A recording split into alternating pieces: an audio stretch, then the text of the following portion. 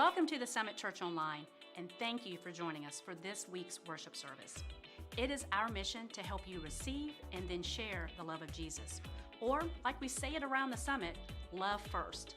And whether you're new to church and Christianity in general, or have been following Jesus for years, we believe what you're about to experience will help you take your next steps in your journey. If you're new to the Summit and have questions, contact us through our website or app. We'll be in touch to answer any questions you have. If you live within the Triad area, you're probably not far from one of our locations. We'd love for you to join us in person. And if you have young children, they will love our kids' environments designed specifically for them. Now, if you regularly attend the Summit and you're just not able to be here in person this weekend, we hope this time of worship is a help to you. We look forward to seeing you when you're back, and don't forget, you can stay up to date on all the latest things around the Summit and even keep up with your financial giving through our website and app. So, whether you're new or a regular, thanks for joining us for this worship service. We pray that the next hour will both encourage and challenge you in your spiritual journey.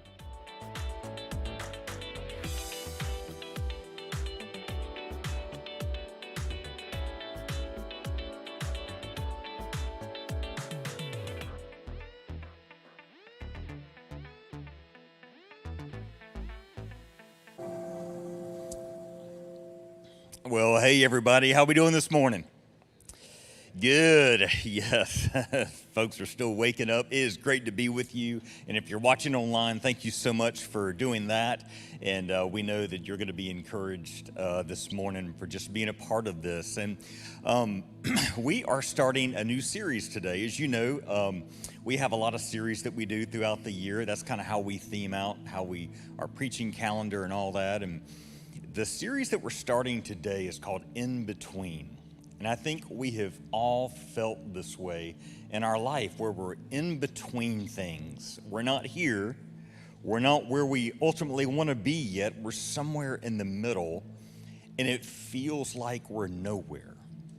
And there's an element of stress and frustration that we feel when that happens, because we're not where we want to be. And for those of us that are more action-oriented and results-driven, that is a really point of stress for us. And we feel like we're in God's waiting room, right? And we all have been in waiting rooms, and they're not fun, and we have to sit there and think about everything that's going on, and sometimes that's one of the toughest parts about the waiting room. Well, we often find ourselves in God's waiting room, and there's a reason for that. And Pastor Jonathan is going to be talking about that today. So we're so glad that you're here and that you're watching online. Also, this is a group series where we want to encourage you to take a step to get into a group, to get to know some other people and talk about what God is teaching you here during the services or as you're watching. Solitude's important, right? But isolation is dangerous. And God has given us each other to help us navigate the challenges that we experience in life. And so one way to accelerate your spiritual growth is get into a group, because you'll get to know other people who have dealt with a lot of the similar things that you have probably too, and you'll realize you're not crazy, or you're all crazy together. So that's not a bad deal either. And if you're not in a group, I just want to challenge you to think about this. This afternoon at 2:30, we have something called Group Link, and it's where if you're trying to get into a group and you don't know anybody, not quite sure what to do, this is for you. And you can go to the Summit Church app or thesummitchurch.net to register for that, or you can just show up. But it's at 2:30 this afternoon. We'd love to help you find other people to grow with and talk about the message with. I think it could be fantastic for you. And also, I don't know if you know this or not, but we have our discussion guide that we use for our groups online on our app and website. So if you're looking for something to kind of jumpstart your own personal time with God, and you're needing some prompts to kind of get you thinking, go check out our discussion guide. It's there for you. So thank you for being here. I'm going to ask you to stand and let's worship God together.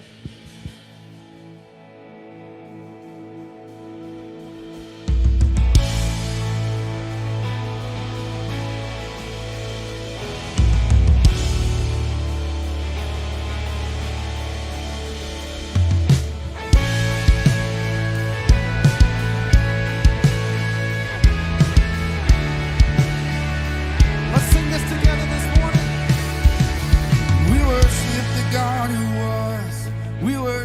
the God who is. We worship the God who evermore will be. 'Cause he opened the prison doors, he parted the raging sea. My God, he holds the victory. We sing there's joy. There's joy in the house of the Lord. There's joy in the house of the Lord today. And we won't be quiet. No, we shout out your praise. There's joy in the house of the Lord. Our God is surely in this place. And we won't be quiet.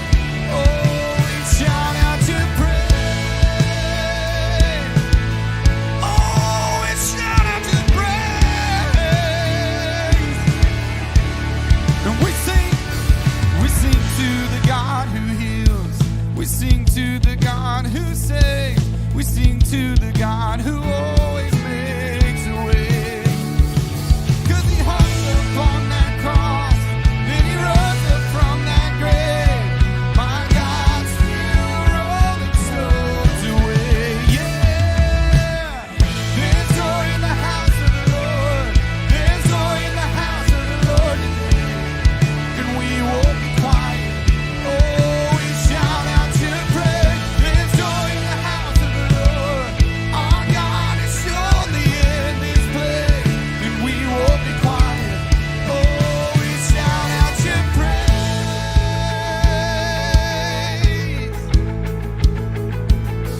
All right, we sing this as free people this morning. Let's sing it together. And we were the beggars, now we're royalty. We were the prisoners, now we're running free. 'Cause we are forgiven, accepted, redeemed by his grace. Let the house of the Lord sing praise. We were the beggars, now we're royalty. We were the prisoners, now we're running free. We are forgiven, accepted, redeemed by his grace. Let the house of the Lord sing praise.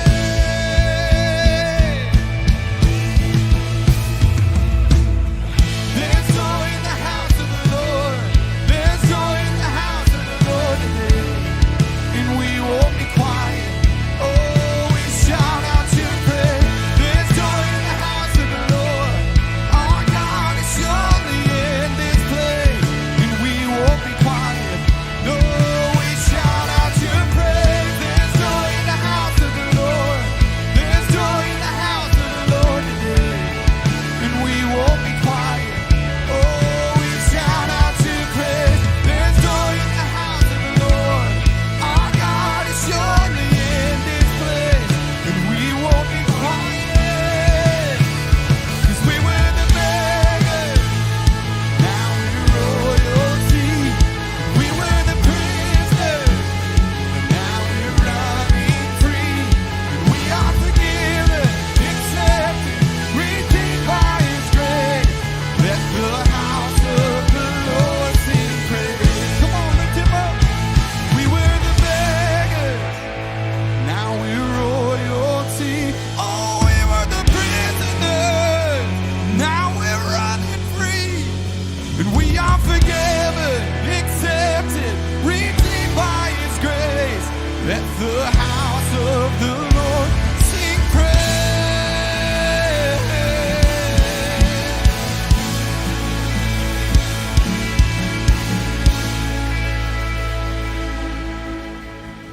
We're heaven's fun creations, his pride and adoration, treasures woven by his love. His careful hands, they hold us safe within his promise of calling and of destiny. We're heaven's born creations, his pride and adoration, treasures woven by his love. His careful hands, they hold us safe within his promise of calling and of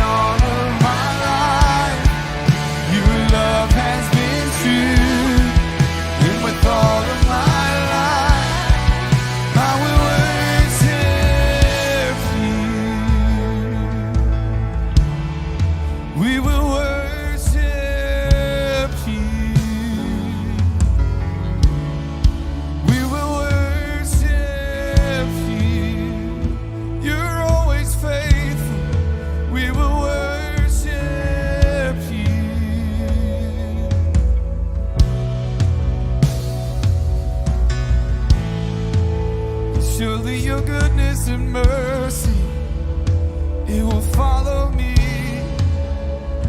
It will follow me.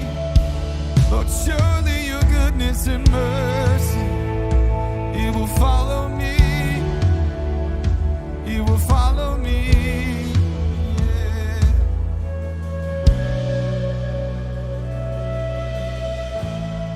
And there won't be a day that you're not by my side. There won't be a day that you let me fall. In all of my life, your love will be true. And with all of our lives, we will worship you. There won't be a day that you're not by my side. There won't be a day that you let me fall. In all of my life, your love will be true. And with all of our lives, we will worship you. There won't be a day that you're not by my side. There won't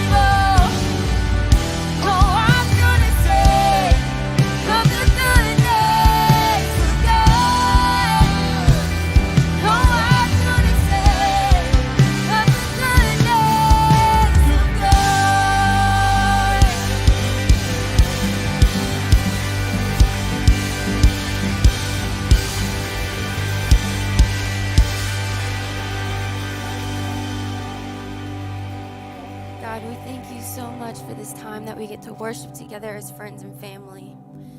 I pray that you help us to remember that there's no place in this world that we can hide from your love, that you are present in all of our situations, good and bad. Help us to release control and trust you with our lives, our joy, our sorrows. And I pray that you open our hearts and our minds today to this message. We love you and we thank you. Amen. Thank you guys so much for singing with us. You can have a seat.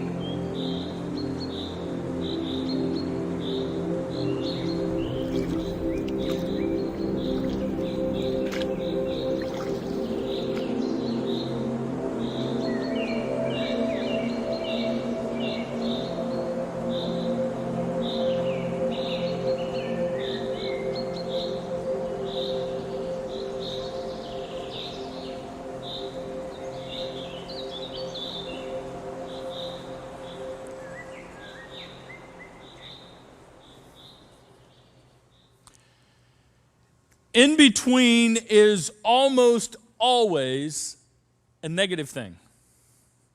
Think about it. The middle seat on an airplane. You too? Yeah, I was stuck in the middle seat on the way back from Africa one time.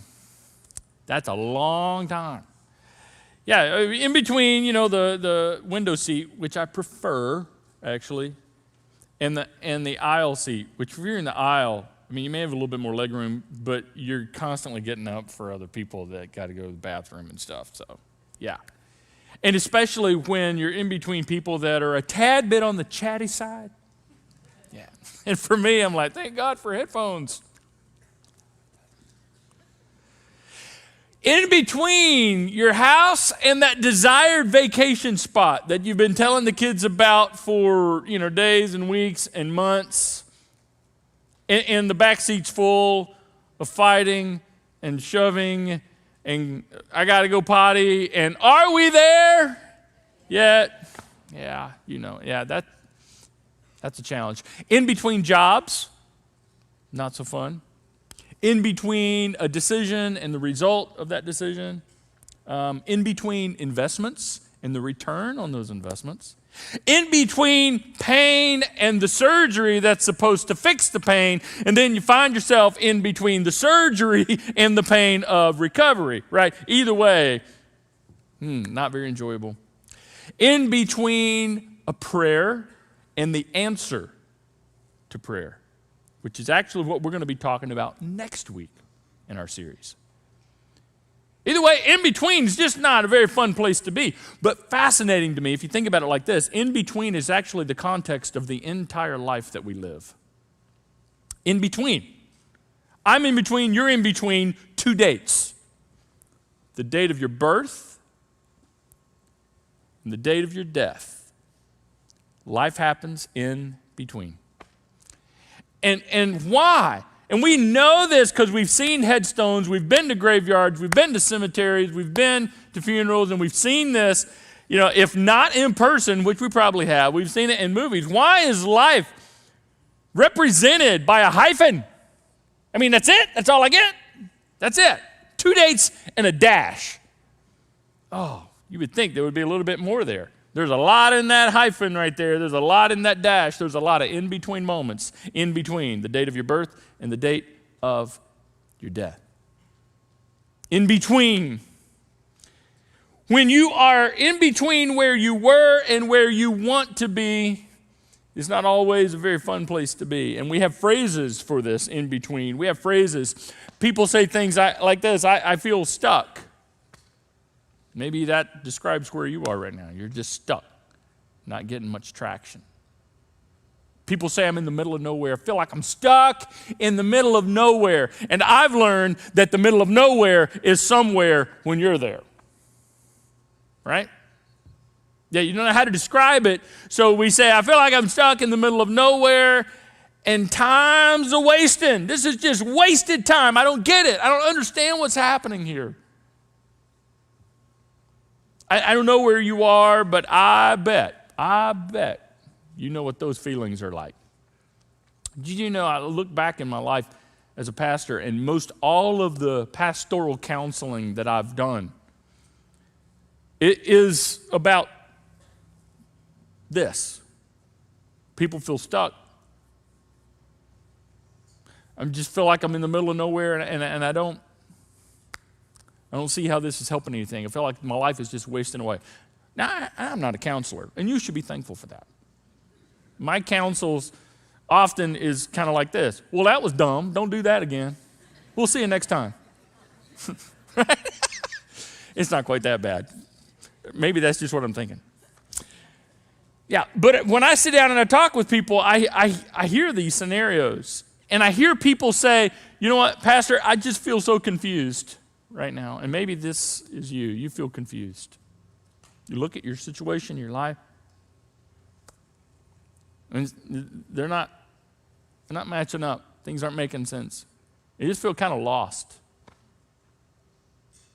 Maybe you feel like you've been overlooked by your boss. You've been overlooked at work. You've been overlooked by culture, by society, by a friend. Been overlooked in your family. Or maybe even you feel you've been overlooked by God Himself, and somehow you're forgotten about. And you look around and everybody else's life seems to be kicking into high gear, and they're moving on, things are happening, and you feel like you've been overlooked and forgotten. You are in between. Now, you're not where you once were, and that's a good thing, but you're nowhere where you want to be, and that's frustrating. Frustrating. You are stuck in between.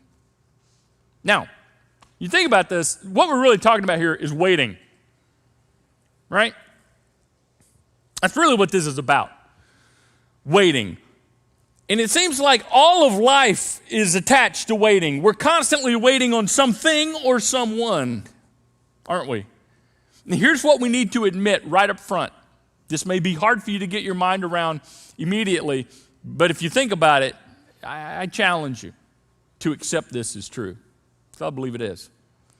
Just because we're waiting on something or someone, which we do most of our lives, doesn't necessarily mean that anything is wrong.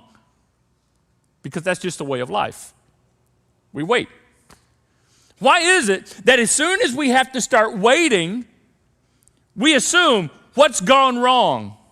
Do we really think that we should get everything immediately when we want it? No, we know better than that. We know that's just the way life works. We know that when you go to a doctor's office, the fact that you're waiting doesn't mean anything other than the fact that you're in a doctor's office, right? Matter of fact, we have a whole room called the waiting room. Because when you get there, nothing's wrong, right? I've been here for 15 minutes. I don't know what's going wrong.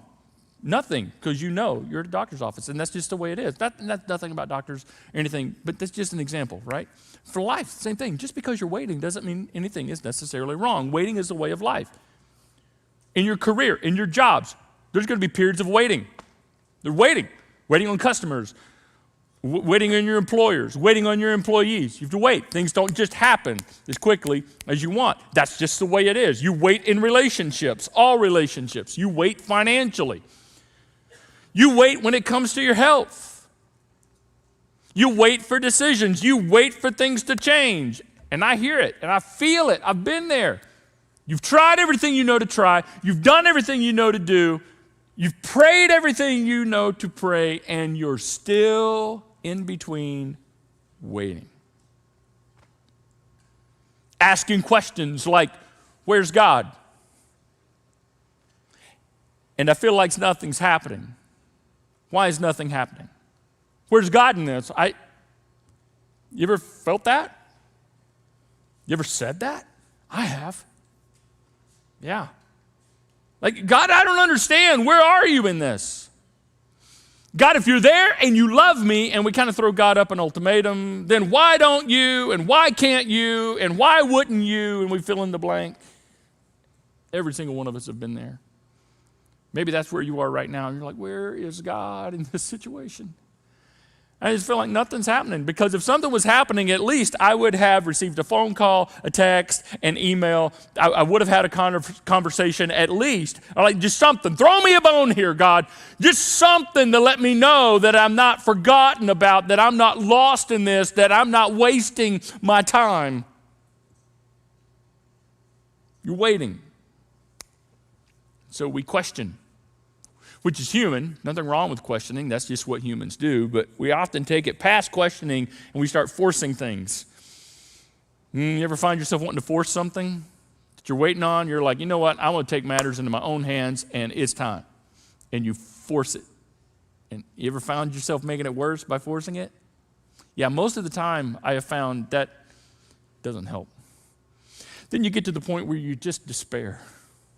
And perhaps that's where some of you are. You're about ready to quit and give up. You've been waiting so long. And isn't it hard when you're waiting on a good thing? And it's not like you're being selfish. It's not like what you're waiting on is a bad thing. It's actually a good thing. And you're like, God, it makes it worse. God, come on. What I'm waiting on is a good thing. I feel like nothing's happening. I want to propose to you that there is a better response that we need to choose when we're waiting. Better than despair. Better than assuming nothing's happening. I believe we can get to the point where we look at times of waiting and we actually accept it. And even embrace it. And certainly learn what it means to maximize it. So I want you to be thinking, you already are, but I want you to be thinking about how you're waiting. Because you're waiting on something. You're waiting on someone, because that's the way of life. Doesn't mean anything is necessarily wrong. You're in between. You're in between, certainly, the date of your birth and the date of your death, okay?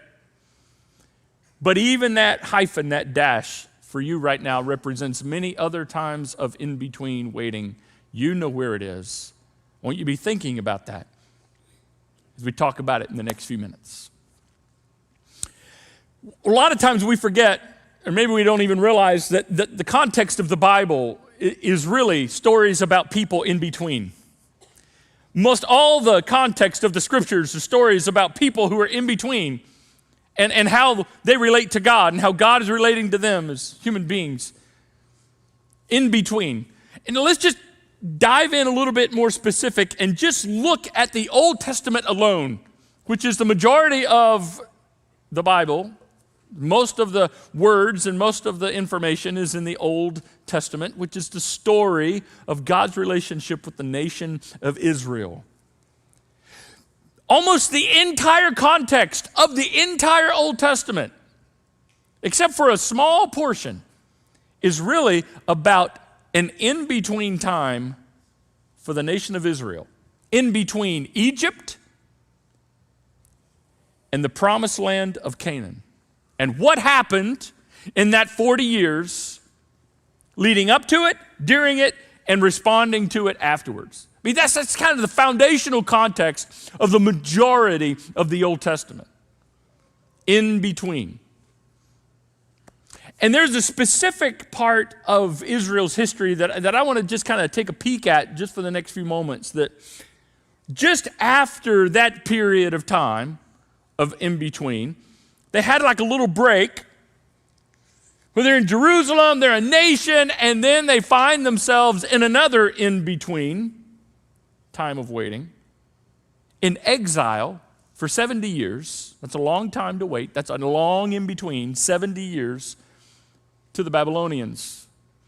Jerusalem is destroyed, the walls have crumbled, and they're waiting.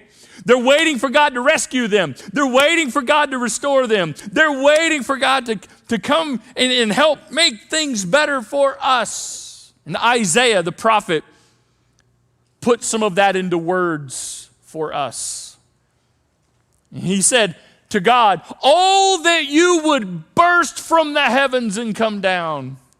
You ever had a feeling like that when it comes to God? Oh, God, why don't you fill in the blank? Oh, that you would, you fill in the blank. That's where they are. Oh, that you would come down and how the mountains would quake in your presence. In other words, and if you did, yeah, business would pick up. That's basically, if you look into the original text of this, the Hebrew of this, it's a lot more like, oh God, if you would come down and kick some butt, then they would know. Or I'm sorry, it's Hebrew, butteth. If you would come down and kick some butteth. Right? That's the feeling here. Isaiah is like, come on, God. We've been waiting here. Oh, that you would. And this, it almost gets worse. As fire causes wood to burn and water to boil, your coming would make the nations tremble. Then your enemies would learn the reason for your fame. And then he says, when you came down long ago, you did awesome deeds. Beyond our highest expectations. And oh, how the mountains quaked. Oh, that you would come down and let people know who's boss. Restore us, rescue us, put things the way they should be. We've been waiting, and we know you can because you've done it before. You ever been in that position, and maybe that's where you are now? You look back in your life, and you're like, come on, God, what gives? I know you can do this. I know you can answer this prayer. I know you can make this happen because I remember back, and you think back to another part of your life when you saw God do amazing things, and God can really come through for you, and you're like, where's that? Where's that? Or you look around at everybody else and say, God, I know you can because you're doing it for them. He got a raise. She got the position. Their marriage is great. So, God, I know you can. You answered her prayer. You answered his prayer. God, I know you can. They got better. The therapy is working for them. Their life is moving in the right direction. She got married. He got a date. And we keep, God, we know you can because you're doing it for everybody else but me. For what gives? What gives? Do you feel that? Do you feel that tension? Do you feel that and sense that? Now, I can't do anything about that. I just want to know if you feel that. I can't solve that for you because that's what the in-between is about. That's why we're doing a series on it because we know that space. You can't change that. You are in between. That's the way of life. But there is a better approach. To know some things and understand some things in between. And it starts with this. And Isaiah said, for since the world began, no ear has heard, no eye has seen a God like you who works for those who wait for him. Who works for those who wait for him. See, this is God's modus operandi. This is God's MO. This is how God does things.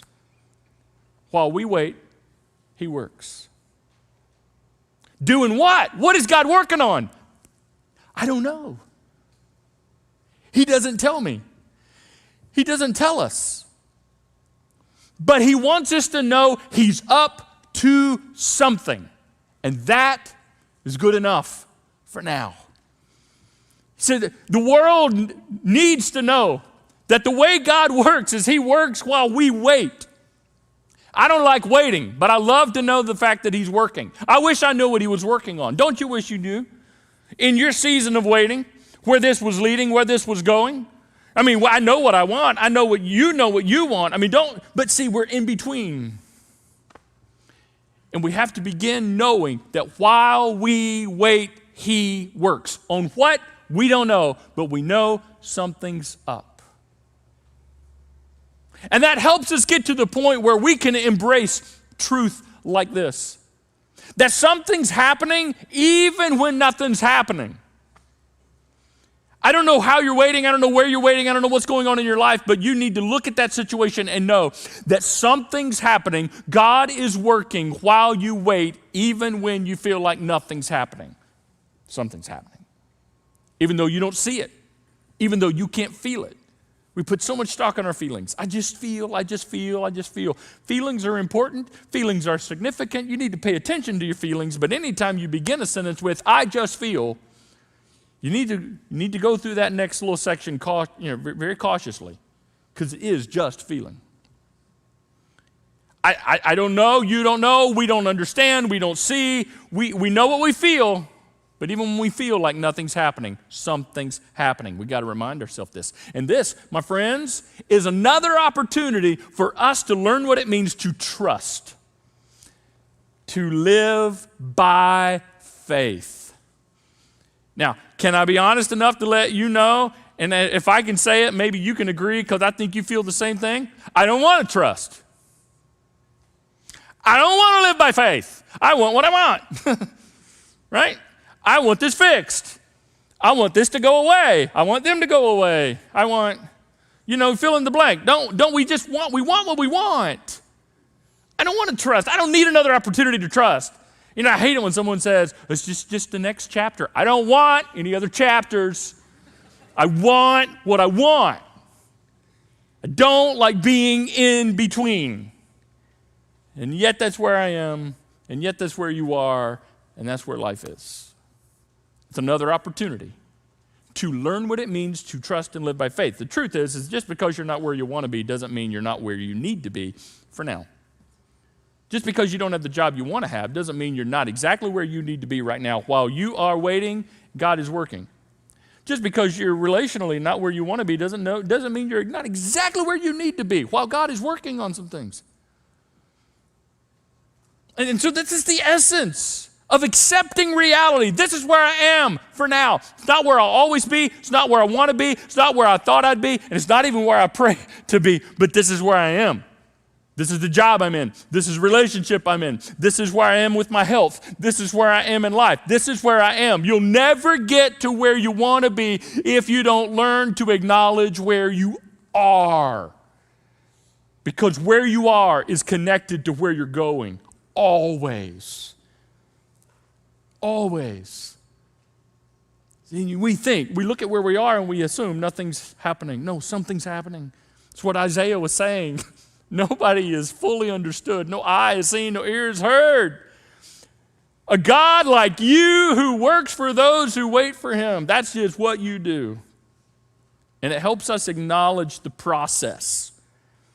In between is about process, right? Process. Process is hard, but process is real. I can't fast track my life. We can't fast track the work of God. We just can't fast track things. And besides, think about it. Come on. Things that are instant, even though we like instant, things that are instant usually lack in quality, don't they?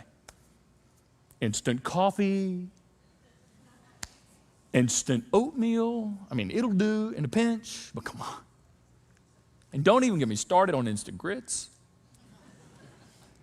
We are in the South, and no self-respecting Southerner we put the word instant in front of grit, right? We know that the best things in life take time. Best things in life take time.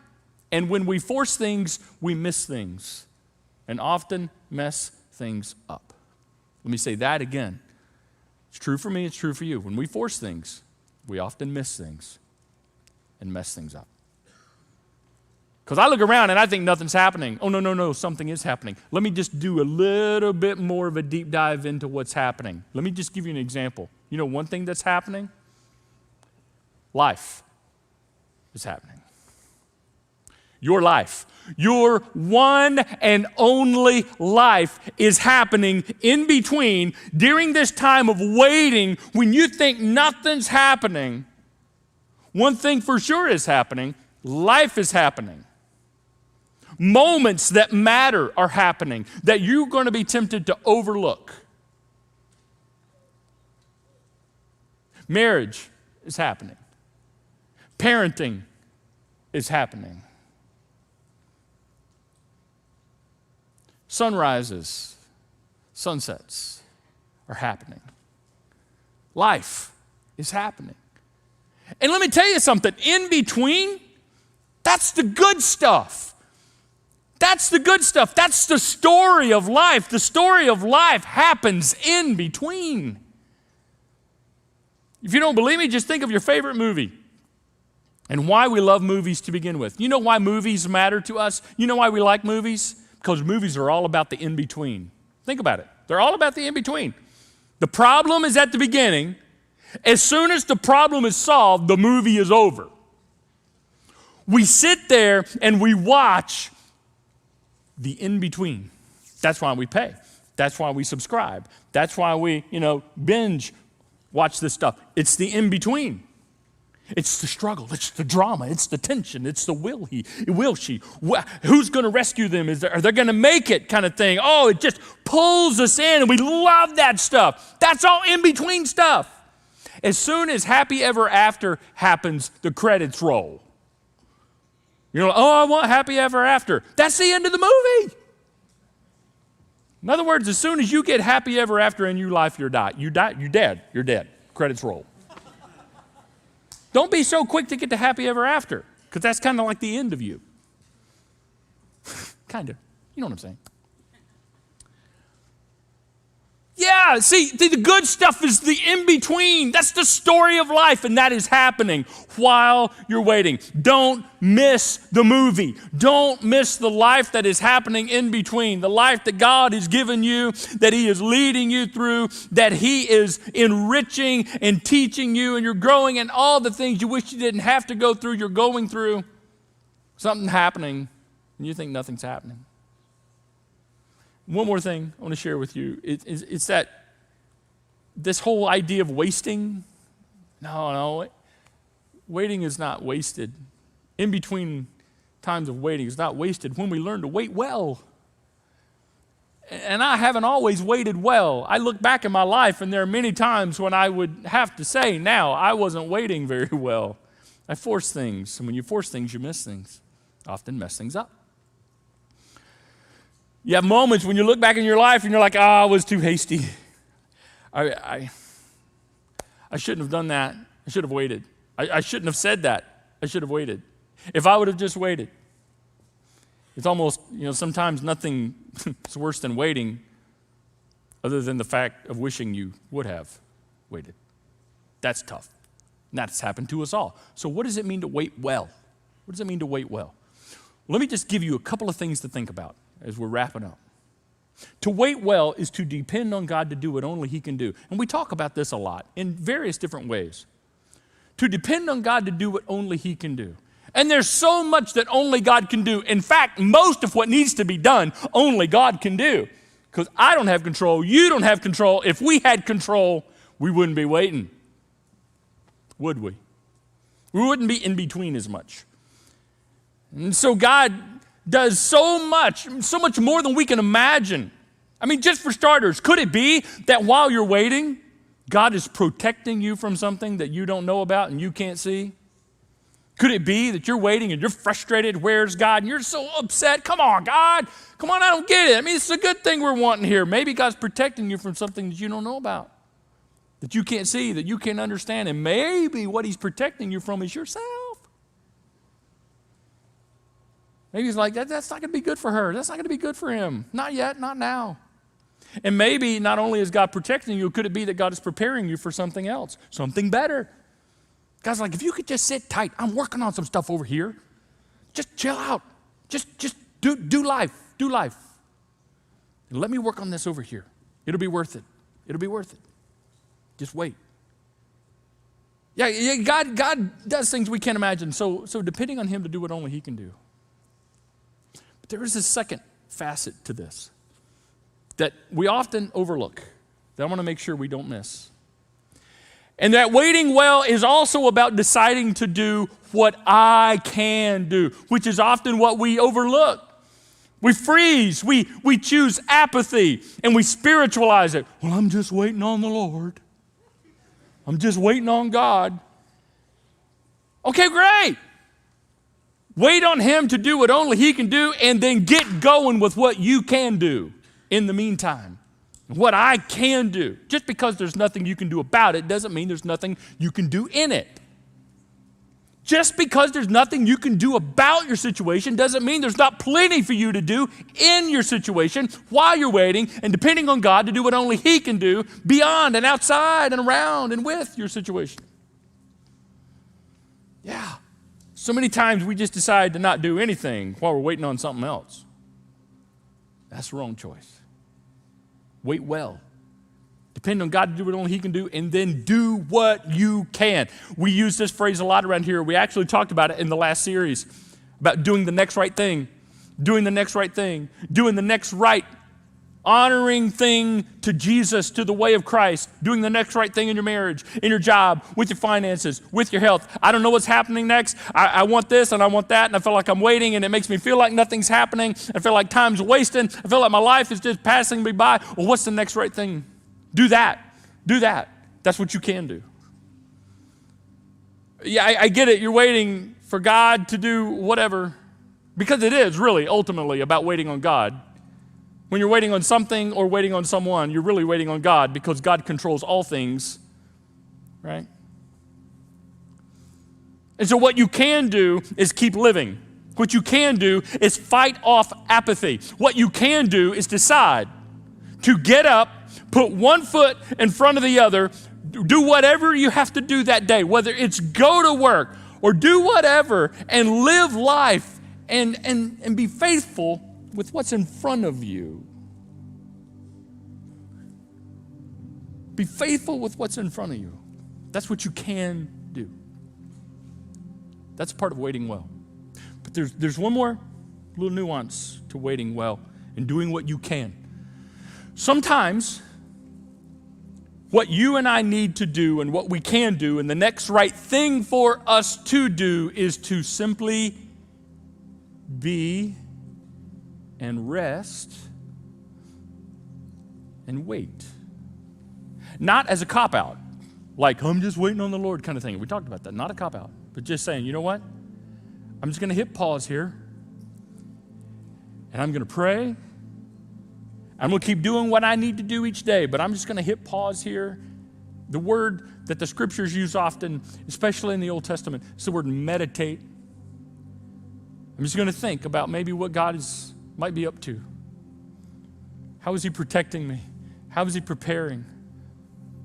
And I'm just going to pause, and I'm going to acknowledge my dependence on my Heavenly Father, and I'm going to relinquish control. I say relinquish control because we really don't have it, or else we wouldn't be waiting. But often as human beings, it helps us to just go through the motions of saying, God, I give this over to you. I give this over to you. I entrust you to do what only you can do. So today, help me to do what I can do. And what if we lived every day like that, okay? Because we're all waiting for something and someone. We're all waiting. That's the way of life. But what if we began every day with, God, today I'm depending on you to do what only you can do. Now I need you to strengthen me to do what I can do. And I'm going to put one foot in front of the other. And we'll do the next right thing today and all day long. And tomorrow I'm going to get up. I'm going to do the next right thing while you're working behind the scenes in ways I can't even imagine. And I am waiting. How about you? Where are you waiting? What would describe your in-between? Where are you in between waiting? Remember, something's happening when nothing's happening. Always. And it is not wasted when you learn to wait well. When you choose to wait well. In just a moment, our band is going to come out and share a song with you that I want you to just sit and listen to and take in. This song is real and raw and meets us right where we are. And I think you'll be able to identify with the lyrics and say, yeah, I think that way. Yeah, I feel that way. Yeah, I know what that's about. And the beauty of this song is that it meets us where we are and then helps focus us where our attention needs to be, on the God who is working while we wait. And I think this song will help put into words so much of what God wants to do in us in between. Let's pray. Our Father, thank you for this. I need this. I really believe my brothers and sisters and friends gathered here and watching online, we all need this because we are all in between. Somehow, some way. We're waiting on something, we're waiting on someone. That's just life. And Father, I ask that you would help us. Help us learn just with your mercy and your grace. Be gentle with us as we learn that even though we think and feel like nothing's happening, something's always happening. You're up to something, and I want to know it. We want to know it. We wish we understood it and could see it and could just completely predict what's happening. We don't. And so this is an opportunity for us to trust you. So help us do that. Help us wait well. We're going to be waiting, like it or not, so help us to wait well. Help me to look to you to do what only you can do, which is most everything and is way above my ability to see, know, and understand. And then give me the grace and the strength to do what I can every single day. And I ask the very same thing for my friends, because I think we're all in this together. We look to you, even when it hurts, even when it's hard, even when we're stuck in the middle of nowhere waiting for you as you work on our behalf. Help us. In Jesus' name, amen.